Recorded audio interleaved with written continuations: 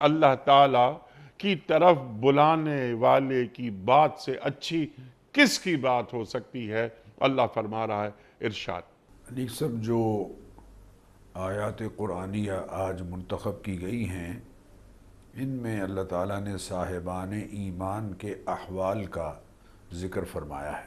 سبحان اللہ۔ اس سے پہلے کی آیات میں ایک خوبی اللہ تعالیٰ نے یہ بیان فرمائی کہ ان الذین قالوا ربنا اللہ ثم استقاموا،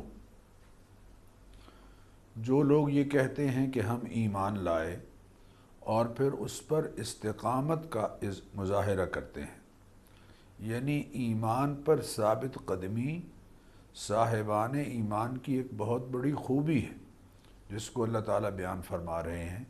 تتنزل علیہم الملائکہ اللہ تخافوا ولا تحزنوا، اس استقامت کے نتیجے میں اللہ تعالیٰ کی طرف سے فرشتے ان کو یہ خوشخبری سناتے ہیں کہ لا تخافوا ولا تحزنوا، تمہارے لیے نہ کوئی خوف ہے نہ کوئی غم، وابشروا بالجنت التی کنتم توعدون، اور تمہیں اس جنت کی بشارت دی جاتی ہے کہ جس کا تم سے وعدہ کیا گیا ہے۔ سبحان اللہ۔ بڑی خوبی ہے استقامت۔ بزرگوں نے فرمایا کہ الاستقامت فوق الف الکرامہ، کہ دین پر ثابت قدمی حاصل ہونا اور ثابت قدم رہنا یہ 1000 کرامتوں سے افضل ہے۔